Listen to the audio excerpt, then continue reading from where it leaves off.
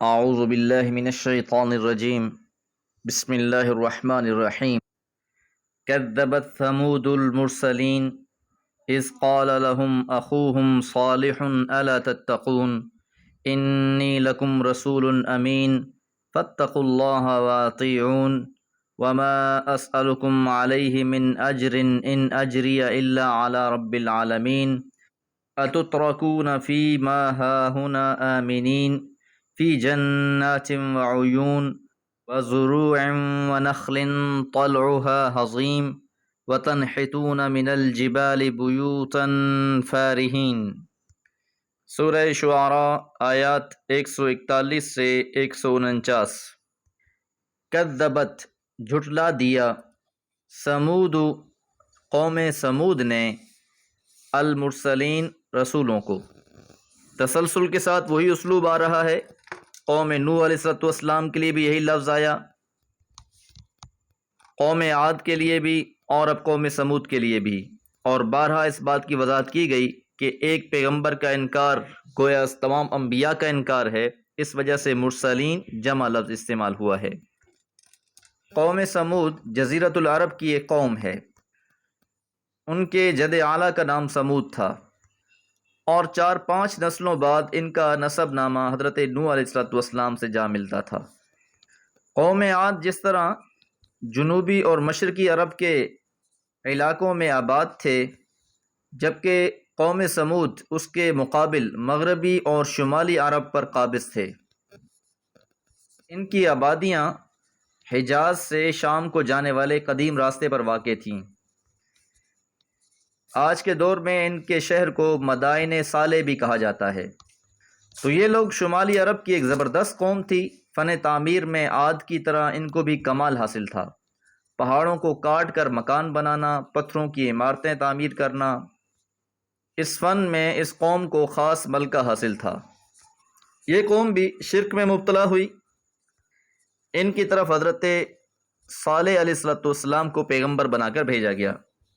اس قال جب کہا، لہم ان سے، اخوہم ان کے بھائی، صالح حضرت صالح علیہ السلام نے، الا تتقون کیا تم ڈرتے نہیں، انی بلا شبہ میں، لکم تمہارے لیے، رسول امین ایک امانت دار رسول ہوں، کہ اللہ کے پیغام کو امانتاً میں تم تک پہنچا رہا ہوں۔ فاتقوا اللہ پس تم اللہ سے ڈرو، واطیعونی اور میری اطاعت کرو، وما اسألکم اور میں نہیں سوال کرتا تم سے، نہیں مانگتا تم سے، علیہ اس کام پر، من اجرن کوئی معاوضہ، کوئی صلہ۔ یہی الفاظ حضرت نوح علیہ السلام نے بھی اپنی قوم سے فرمائے تھے، اور حضرت ہود علیہ السلام نے بھی یہی کلمات کہے تھے۔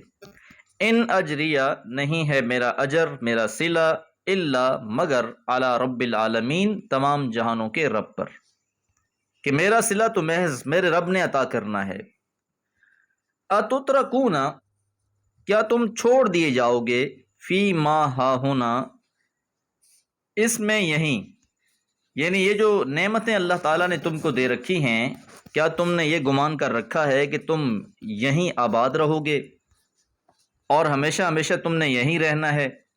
حضرت ہود علیہ السلام نے بھی اپنی قوم سے یہی کہا تھا کہ تم تو اس طرح محلات اور گھر بنا رہے ہو جیسے تم نے یہاں سدا رہنا ہے۔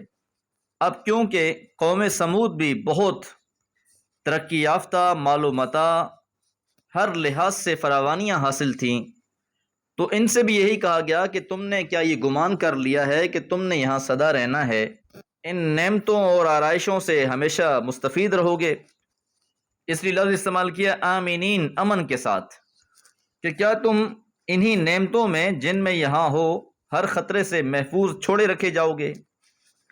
فی جنات باغات میں، وعیون اور چشموں میں، کہ یہاں تمہارے لیے بڑے بڑے باغات ہیں، چشمے ہیں، وزروع اور کھیتیاں ہیں، ونخل اور کھجوروں کے ایسے درخت، طلعها ہضیم ان کے خوشے آپس میں گتھم گتھا ہوں، اور مقصود کثرت پھل ہے، کہ کھجوروں کے ایسے باغات کہ جو پھلوں سے بھرے ہوئے ہوں، اللہ تعالیٰ نے مادی لحاظ سے ان کو بہت مستحکم کر رکھا تھا۔ تو جب اللہ تعالیٰ نے اتنا کچھ دے رکھا ہے تو ہونا تو یہ چاہیے تھا کہ اللہ کے شکر گزار ہوتے۔